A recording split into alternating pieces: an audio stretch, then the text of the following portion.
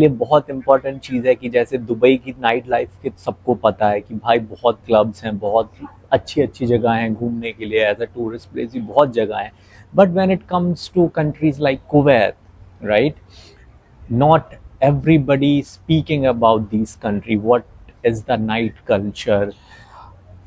What is these countries are good for youngster? Is these countries are good for the people who want to make a long term career? And one more thing, so two questions I'm asking. Number one, about the nightlife in the other GCC national countries, and the second question is, if somebody wants to look for a job specifically in IT industry, is these country have opportunities, or it's like they have to think on it again? Okay. So, to answer your first question, nightlife after Dubai, if you can find somewhere, then that is Bahrain. Bahrain is also known for its nightlife. Sometimes they refer as Thailand of Middle East. So it is that much because उसका reason है कि it is connected to Saudi Arabia.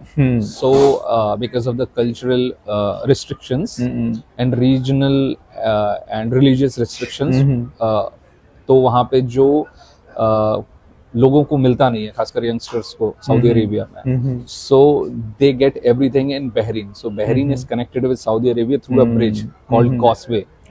So there you have all the fun, whatever the thing So you you mean like. to say there So is you a have bridge, trains. bridge between Yes. Bahrain and Saudi Arabia? Yes. It's So a like physical bridge. Yeah, it's a physical Oh my bridge. God. So it is connected with a bridge that is called causeway. Oh. So अगर आप Saudi Arabia से आ रहे हो, so there is a immigration post. So वहाँ पे आपको अपना passport दिखाना है, and then if you are a GCC national, so you don't need a visa. Else you need a visa if you are Indian. Well, in that case, तो आपको Bahrain मिलेगा. Bahrain बहुत ही छोटी सी कंट्री है. फन फैक्ट ये है कि बहरीन एशिया की थर्ड स्मॉलेस्ट कंट्री है, और आई गेस वर्ल्ड की third smallest. You can not find it on the Google maps, you have to zoom in. Yeah, I know. तो It's very वैसा small. है. Then apart from that, Kuwait में I am sorry to say but there is no night life, and वहाँ पे alcohol भी ban है. Oh. So, like even I don't drink, but alcohol for nightlife, it's like hand in hand things. So it is banned there, but in Bahrain there is no such restriction. और You will find clubs. वहाँ पे भी वैसे ही rule है कि भाई अगर आपने धोखे से अल्कोहल कंज्यूम कर लिया या कहीं से आप लेके आ जाएं तो जेल वगैरह का वहाँ पे सीन Yes, है. yes, yes, अच्छा. yes. है. हाँ. Certain things I cannot speak on podcast on a recording night, certainly, but yeah, there are people who do a lot of things, and but that is all illegal. But मैंने जैसे सुना है, मैंने ये भी कहीं कहीं पे इंटरनेट में वीडियोस में देखा है कि वहाँ के जो बड़े बड़े 5 स्टार होटल्स हैं वहाँ पे भाई सब चलता है. तो ऐसा है या? That is what I'm saying. जो with legal framework, what happens in Dubai, it is restricted in all the GCC countries apart from Bahrain. Now you will find on a certain amount in some place, but I don't think so how much you will be comfortable for the same, because you will always have back of the mind that what if something goes wrong. So it's like that, because being a Muslim country, it has its own religious restrictions. मतलब practically legally it's band. Yes. अगर आप Alcohol is consume banned. करते हैं, कोई भी भाई जो Yes. Consume करना चाहता है बहरीन में जाके कर सकता है, दुबई में आके कर सकता है, बट कुवैत में भाई सोचना भी मत. Yes. तो चलिए, और सेकंड मेरा जो क्वेश्चन था वो ये है कि अगर कोई लॉन्ग IT, टर्म में हाँ, कैरियर तो मैं आपको बताता हूँ कि जब हम किड्स थे तो हमारे लिए IT और IT की जॉब मतलब US. फिर ग्लोबलाइजेशन हुआ, फिर इसके बाद रिक्वायरमेंट्स बढ़ी, दुनिया सॉफ्टवेयर की तरफ शिफ्ट होने लगी. So now you have plenty of opportunities in Middle East too. However, it is not as much as compared to India or UK, US, Europe. So here few opportunities are there. Mostly startups are there. Otherwise, if you are going, it depends on the sectors. अगर आप banking sector में हैं, अगर आप telecom sector में हैं, तो banking sector को सपोर्ट करने के लिए जो कंपनीज होती हैं, वो कंपनी में अगर आपको जॉब मिलती, so they will get a contract. For example, अगर मैं एक एग्जांपल के साथ समझाऊं, टीसीएस इंडिया या इंफोसिस इंडिया का एक नोन ब्रांड है। अभी टीसीएस को एक प्रोजेक्ट मिलता है टेलीकॉम का, टेलीकॉम ऑपरेटर ऐसे वीवा इन बहरीन, तो उनको एक डेवलपमेंट का मिला कि भाई हमें ये सॉफ्टवेयर आप बना के दीजिए, तो वो अपॉर्चुनिटी क्रिएट होती है, and then through TCS you can come here and work, and if you are lucky enough they might directly hire you Viva, but then your job will not be in IT, you will be shifted to the particular domain, telecom domain. So it is like IT opportunity, there is no big IT companies in Middle East.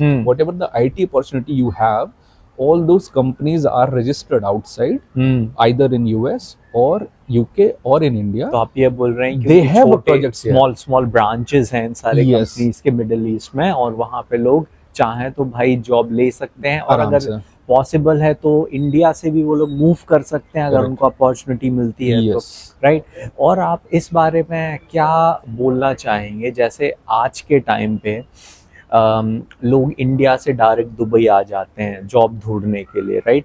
तो इस situation में क्या लोगों को Kuwait जैसी country या Bahrain जैसी country में भी ट्राई करना चाहिए, या फिर वो सेफ ऑप्शन नहीं है, और अगर सेफ है तो कितना सेफ है? ये देखिए, आप डायरेक्ट जॉब के लिए तो सेफ ऑप्शन इसलिए नहीं होगा because that will go heavy on pocket. आपको जॉब ढूंढने के लिए आप देखिए, कन्वेंशनल वे तो यही है कि आपकी जैसे इंजीनियरिंग कंप्लीट होती है तो बेस्ट पॉसिबल इज अगर आपको अपॉर्चुनिटी मिल जाती है कॉलेज से ही, बट हमारे इंडिया में भी ये है कि 90% कॉलेजेस में हमें अपॉर्चुनिटी मिलती नहीं है, तो then second best option is try to scale up yourself. आप हैदराबाद, बैंगलोर, पुणे जाके कोई एक आईटी का कोर्स करें जो अभी चल रहा हो, या जो आपकी कैपेसिटी, आपके कैलिबर के साथ अलाइंड हो, और उस डोमेन में, because there are I guess 35,000 different streams in IT, तो आप उसके हिसाब से अपनी जॉब को देखें जहां पे आपको बेटर अपॉर्चुनिटी मिलती है, और आपका जो एंड गोल क्या है। So you have to decide from here, आपको बाहर जाके सेटल होना है, आपको पर्टिकुलरली किसी आप ज्योग्राफी को टारगेट कर रहे हो, आप ऑस्ट्रेलिया, न्यूजीलैंड टारगेट कर रहे हो, आप यूरोप टारगेट कर रहे हो, आप मिडिल ईस्ट टारगेट कर रहे हो, तो एक तो वो है। तो there are two types of people, one edge and when they find the opportunity they go with the flow, और one who try to create the way they want to go. तो उसमें आपको क्या है कि आप कन्वेंशनल वे फॉलो करिए। मेरे सजेशन के हिसाब से आप बैंगलोर या पुणे या जहाँ पे भी आपको पहली आईटी कंपनी मिलती है, have some experience and then try to search, have some job experience too, because that will be cheaper. But when it comes to middle east, आपका फ्लाइट कॉस्ट आ जाता है, आपका वीजा कॉस्ट आ जाता है, then there is a visa restriction timeline, you have only limited period 2 months, and that too as compare to India and Bangalore, here opportunities are less. And second thing is, for fresher, they don't give too much opening, so you have to have experience. तो जो middle east में ज्यादातर jobs हैं, I would say 80 to 90% job, they only look for the experienced candidate, and that to minimum 5, 6, 7 years experience. So that is something to be considered. Actually, what I have seen over the period of last 6 months, I have observed like there are few startups companies in Dubai. They are hiring people who may be having just 1 or 2 years of experience. Yes. So there is a little bit shift in the hiring process as well. And in recent, I would say in last 1 year, मैंने ये भी notice किया है कि बहुत सारे startups, जैसे आपने ये सुना होगा कि काफ़ी सारे जो कंट्रीज़ हैं जो वॉर में अभी इन्वॉल्व हो चुके हैं, जैसे रशिया है, यूक्रेन है, सो वहाँ से भी काफ़ी सारे स्मॉल कंपनीज मूव हो रहे हैं और अपना बेस वो क्रिएट कर रहे हैं दुबई में, है ना। तो इससे क्या हो रहा है, अपॉर्चुनिटीज़ क्रिएट हो रही हैं, नई जॉब अपॉर्चुनिटीज़ क्रिएट हो रही हैं। तो ये अच्छा भी है, काफ़ी सारे जो ऐसे लोग हैं जो अभी नए हैं, जिनको कम एक्सपीरियंस है, वो ट्राई कर सकते हैं यहाँ पे। बट वही है कि मेरे हिसाब से जो मैंने एक ऑब्जर्वेशन लिया है, अगर आपको कुछ एक्सपीरियंस है इंडिया में तो ही आप डायरेक्ट यहाँ पे आके चेक करें, otherwise it could be very risky decision. वही मेरा पॉइंट है। और मैं आपसे एक चीज़ और पूछना चाहता हूँ, जैसे एक बहुत इम्पॉर्टेंट चीज़ है जो बहुत सारे लोग के माइंड में रहती है कि भाई कॉस्ट ऑफ लिविंग क्या है दुबई में, राइट? दुबई में तो एक बात है, उसके अलावा जैसे अपने प्रीवियस कंट्रीज भी कुछ रहे हुए हैं, तो वहाँ पे एंड दुबई में कितना डिफरेंस है। एंड वन मोर थिंग, अगर किसी बंदे को इंडिया में ऑलरेडी मान लीजिए 50,000 60,000 समथिंग की भाई को महीने में पैसे मिल रहे हैं, तो क्या उसको सोचना चाहिए कि मैं दुबई में आ जाऊं? और अगर सोचना चाहिए तो कितना मिनिमम वो एक्सपेक्ट करता है भाई, कि भाई इतना पैसा आए तो मैं डिसीजन ले लूं, मैं आ जाऊं, वरना ठीक है मेरा इंडिया ही ठीक है। ओके, तो आपको पहले तो मैं कॉस्ट ऑफ लिविंग, बाकी जो आपने मिडिल ईस्ट कंट्रीज पूछी, तो उसके हिसाब से मैं बताता हूँ कि एक एवरेज कॉस्ट ऑफ लिविंग मेरे साथ ये हुआ था कि जब मैं कुवैत, बहरीन में था, तो वहाँ जो मुझे accommodation provided by the company itself, ठीक है, तो वहाँ पर डीएम बेसिस पे चलता था। बट आपको अगर कॉस्ट ऑफ लिविंग, पर DM means, per diem is a term which they give if you work in IT companies. So apart from salary, what extra money you get to work at on-site location. तो ये win-win situation होती है कि आपको on-site भी मिल रहा है, plus आपको एक per diem मिलता है। Per diem will be like $1,500. They give in dollar. It's kind of a daily allowance or monthly allowance kind of thing.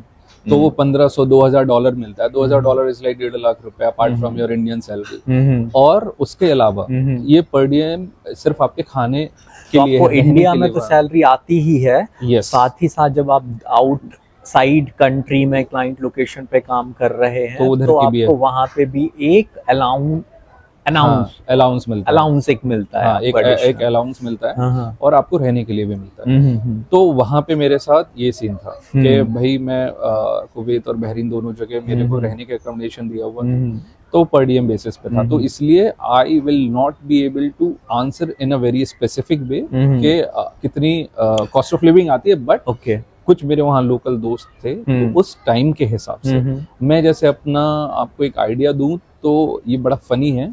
मेरा एक मंथ में सिर्फ 100 KD खर्च होता था। 100 कुवैती दिनार।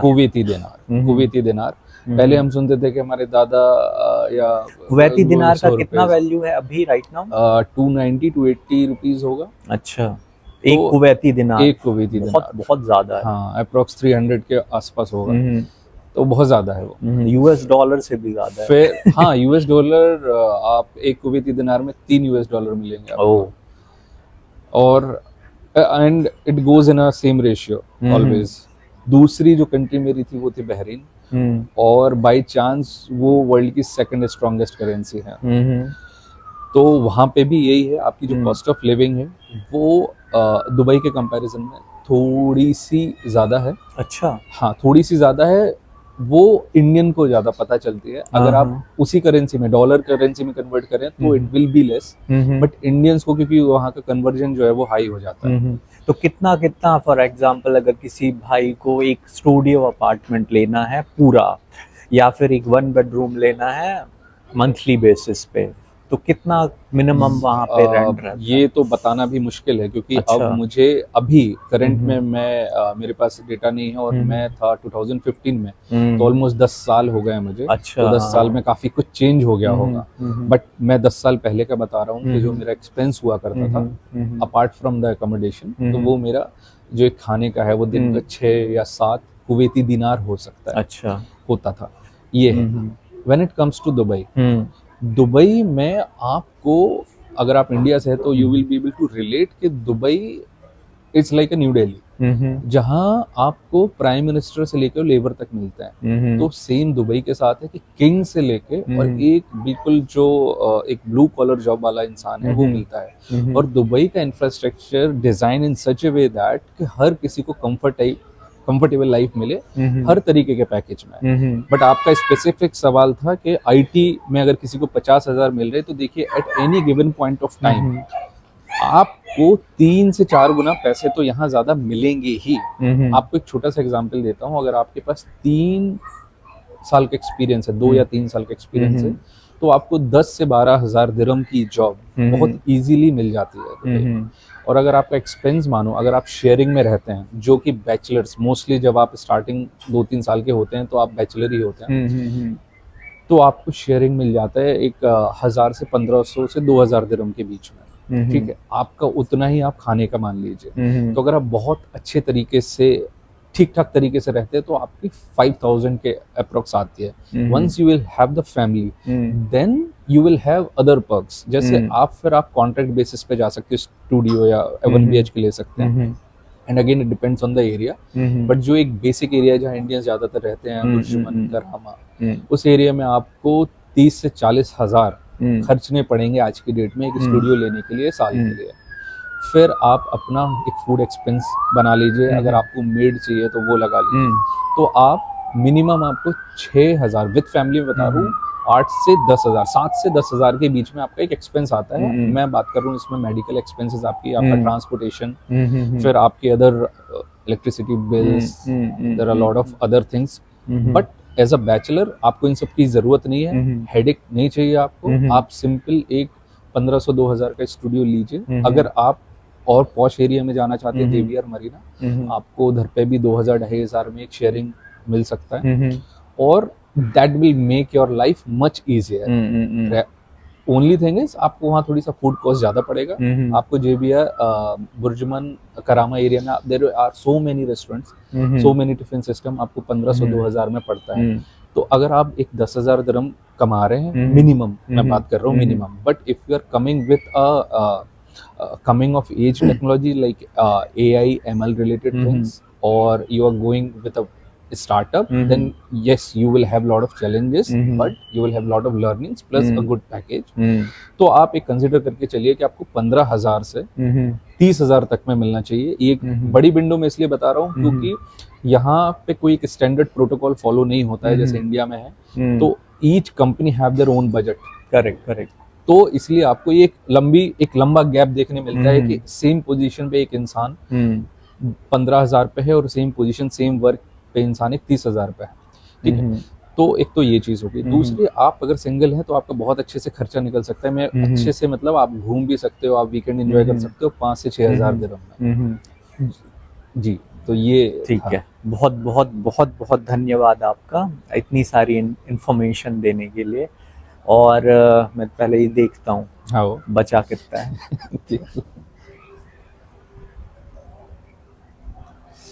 अभी ठीक है, चलो अब रैप अप करते हैं इसको। ठीक है, तो एक लास्ट क्वेश्चन के साथ इस पॉडकास्ट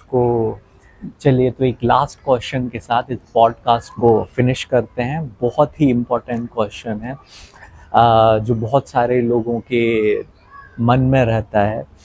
बहुत सारे लोग ये सोचते हैं कि भाई दुबई में प्रॉपर्टी ले लें क्या, है ना, क्योंकि अभी मैंने देखा है जैसे दुबई में रियल एस्टेट के रेट काफ़ी ज़्यादा बढ़े हैं आफ्टर कोविड, राइट। तो इसमें आपका क्या ओपिनियन है, आपकी क्या थॉट प्रोसेस है? आपने कभी इस डायरेक्शन में सोचा कि मैं दुबई में इन्वेस्ट करूं, या अभी आपका कुछ ऐसा प्लान नहीं है? तो देखिए, मैं इसको 2 तरीके से आपको बताऊंगा, 2 पार्ट्स में। एक तो ये कि of course Dubai is a hub और it is having great investment opportunity, और यहाँ पे इसके बारे में एक ये भी सच्चाई है जो ऐसा कहते हैं कि दुनिया में कहीं पे भी कुछ होता है तो उसका फ़ायदा दुबई को होता है। कहीं पे कोई वॉर होती है या कुछ भी हुआ तो उसमें क्या होता है कि जो लोग हैं वहाँ के बड़े बड़े investor, they try to move to a safe place, and of course Dubai is known for its safety. तो एक वो चीज़ है, और अक्सर ऐसा देखा गया है कि जब ऐसा कुछ होता है तो यहाँ पे रियल एस्टेट बहुत बूम करता है, और जो कि कंटिन्यूसली बूम कर रहा है, ठीक है। तो एक तो ये चीज़ है, तो yes of course it is a good opportunity. अगर आप मुंबई जैसी जगह में 2 BHK लेना चाहते हैं तो I would suggest go for Dubai. सबसे बड़ा उसका बेनिफिट ये है कि यहाँ पे आपको किसी भी तरीके के कोई टैक्स नहीं देने पड़ते हैं, प्लस यहाँ पे जो रेंटल यील्ड है as compare to India, it's really good. आपको एक एग्जांपल देता हूँ। अभी मेरे एक फ्रेंड ने एक 2 BHK लिया JBR में 1.8 मिलियन का दिरहम्स, एंड वो जो रेंट है उस अपार्टमेंट का 2.5 BHK है, that is 1,25,000 dirhams yearly, which is really good. अगर आप same in amount of money अगर आप इंडिया में लगाते हैं और 2.5-3 BHK लेते हैं तो आई डोंट थिंक सो आपको इतना अच्छा रेंट मिलेगा। तो बिल्कुल ये एक जो चीज़ है, ये एक इम्पॉर्टेंट चीज़ है। और आज की डेट में तो इट लुक्स वेरी प्रॉमिसिंग यहाँ का Dubai real estate. And yes, I have given a thought, and even I am planning with the right opportunity, right time, and with the balance in my account, I will go to have a small piece of land in Dubai. The only thing is I missed a great opportunity during COVID. Second part is, since this country does not have its own manufacturing, कुछ भी उनका खुद का नहीं है, बाहर का है, और ये सारे पैसे भी बाहर के हैं, तो I don't know how sustainable it is and how long it will be in this way, because now Saudi is coming with a bang. They are trying to take over. In next decade, you will see that Saudi Arabia is growing the way Dubai is there. तो एक वो है. Similarly, Qatar is trying to come in the same race. They recently organized FIFA. और Dubai के पास strategic location इसकी बहुत अच्छी है, इन्वेस्टमेंट भी जो है वो ज़्यादातर बाहर का है, और they say, I don't know how true it is, but as per the articles I am just quoting, 30 to 40% investment is from China. तो आप जैसा देखते हैं कि जो चाइनीज इन्वेस्टमेंट है जिन भी कंट्रीज में, after some point of, it is not a 1 or 2 day thing. In a long run it goes in a different direction. तो वो एक रिस्क है, बट हम जैसे लोगों को इतना देखना नहीं है, हम तो अभी लेके 4-5 साल बाद निकल जाएंगे। बट हाँ, ये एक जरूर है कि अगर आप लॉन्ग टर्म देख रहे हैं तो दुबई जो इन्वेस्टमेंट है इट्स कम्प्लीटली आउटसाइड। लोगों ने अपना पैसा खींचा, तो हालत अभी बीच में, I tell 2015 to 2019 Dubai struggled a lot in terms of real estate. Lot of people lost job, lot of properties were abandoned, lot of restaurants were closed. So it was in that way, it is true, because ये सब मैंने अपनी आंखों से experience देखा है, experience किया है कि हाँ, रियल एस्टेट नीचे गया, रियल एस्टेट ऊपर आया। ये बात मैं भी एग्री करता हूँ, क्योंकि मैं 2018 में मैं दुबई आया था, और ड्यूरिंग कोविड का जो टाइम रहा, उस टाइम पे ऑलमोस्ट 40 to 50% तक प्रॉपर्टीज के प्राइस नीचे चले गए थे। Correct. मैं कुछ लोगों को पर्सनली भी जानता हूँ जिन लोगों ने उस टाइम इन्वेस्ट किया हुआ था, बट काफ़ी लॉस में गए। फिर फाइनली उन लोगों ने सेल कर दिया, जिसको बोलते हैं ना फियर सेलिंग, क्योंकि मार्केट कम्प्लीटली नीचे ही जाता जा रहा था। तो उन लोगों ने सोचा कि भाई it's better to exit from the market at this is the right time to exit. But हुआ क्या, जैसे ही कोविड से all over the world countries recover हुई, एक्चुअली दुबई में उसका इम्पैक्ट उतना हुआ भी नहीं था। दुबई ने काफ़ी अच्छे से हैंडल किया था कोविड वाली सिचुएशंस को, और जैसे ही कोविड से रिकवर किया दुबई, तो वापस से जो रियल एस्टेट का बूम जो स्टार्ट हुआ है 2023 से, स्पेशली मैं बोलूँगा 23, 24 और अभी अपन 25 में आ गए हैं, और it's on rise, it's not at all coming down, it will not come. और मुझे तो मतलब apart from all this, Dubai is love. मतलब आपको ना बहुत अच्छी जगह है ये, आपको सेफ्टी बेस्ट है, इंफ्रास्ट्रक्चर तो मतलब अगर मैं बोलूं तो इट जस्ट बोलने के लिए है, but it is known to everyone. Infrastructure is best, life style is very good. जो हमारी लग्जरी इंडिया में है, जो वो यहाँ पे by the way it's available, जो ईज ऑफ लिविंग है, that is very good. Family के लिए बहुत ही अच्छी जगह है, टैक्स नहीं है, सबसे एक बड़ी चीज है। दूसरा, इंडिया के बहुत पास है। तो ये सारी चीजों के हिसाब से ना, आई लव दुबई। मैंने आज तक सिर्फ 3 बार लाइफ में स्विच मारा है, और तीनों बार मैंने दुबई के लिए ही मारा है। और ये मैं पिछले इंजीनियरिंग से भी पहले सोचा था कि one day I will get the opportunity, I will come to Dubai. 15 साल मैंने पहले सोचा था, आज दुबई हर जगह आपको दुबई देखने मिलेगा। They are really growing good, and the thing is they are not alone growing. The entire people who are coming here, they are experiencing that. They are giving the opportunity of their lifetime. So if ever you will get a chance to come to Dubai or to work in Dubai, don't refuse, just come. इस point से मैं भी थोड़ा बहुत relate करता हूँ, क्योंकि जब मैं भी ना कॉलेज में 7th सेमेस्टर में था, तो मैंने ना अपने रूम के वॉल पे मेरे बुक्स हुआ करते थे 7th-8th सेमेस्टर वाला जो टाइम था, और बुक्स के ऊपर मेरी बुर्ज खलीफा की एंड उस समय जो कौन सा अपना ये बड़ा फेमस बुर्ज होटल अल है, अरब। बुर्ज अल अरब, जो ब्लू कलर का मस्त पानी में होटल है, उसके 2 मैंने फोटो लगा के रखे हुए थे, और एक लैम्बोर्गिनी का फोटो। तो 2 चीजें तो देख ली, लैम्बोर्गिनी भी देख ली, बट है लेना तब है। तो बहुत जल्दी यही है कोशिश तो दुबई, है। आप रहते तो दुबई में हाँ आगे बढ़ने की, हाँ। ऊंचा उड़ने की, बड़ी हाँ। चीजें देखने की, और आपको पता चलता है कि आप लाइफ में क्या कर सकते हो, वो सारी अपॉर्चुनिटीज हैं। ठीक जी। है, चलिए, तो बहुत बढ़िया इंटरेक्शन रहा, बहुत सारे क्वेश्चन अपन लोगों ने डिस्कस किए, आगे भी मिलते रहेंगे। और चलिए दोस्तों, तो अगले पॉडकास्ट में मिलते हैं। अगर आप यहाँ तक आ ही गए हैं, आप अभी तक इस वीडियो में बने हुए हैं, तो लाइक शेयर सब्सक्राइब कर लें। और अगर आपको कुछ क्वेश्चंस हैं, आप कमेंट बॉक्स में अपने क्वेश्चन छोड़ सकते हैं, मैं कोशिश करूँगा रिप्लाई करने की। और अगर मुझे उस चीज़ के बारे में ज़्यादा इन्फॉर्मेशन नहीं होगी, तो मैं शांतनु भाई से भी डिस्कस करके आपको इन्फॉर्मेशन दे सकता हूँ। और इन केस अगर आपको कोई हेल्प की ज़रूरत है दुबई में, तो आप कमेंट बॉक्स में लिख सकते हैं, आप मैसेज कर सकते हैं। मैं हो सकता है मैं पूछ के बता दूंगा शांतनु भाई से, अगर वो कंफर्टेबल होंगे तो आप डायरेक्ट कनेक्शन में, डायरेक्ट व्हाट्सएप या इंस्टाग्राम पे कनेक्ट करके अपने क्वेश्चंस उनसे पूछ सकते हैं। चलिए मिलते हैं नेक्स्ट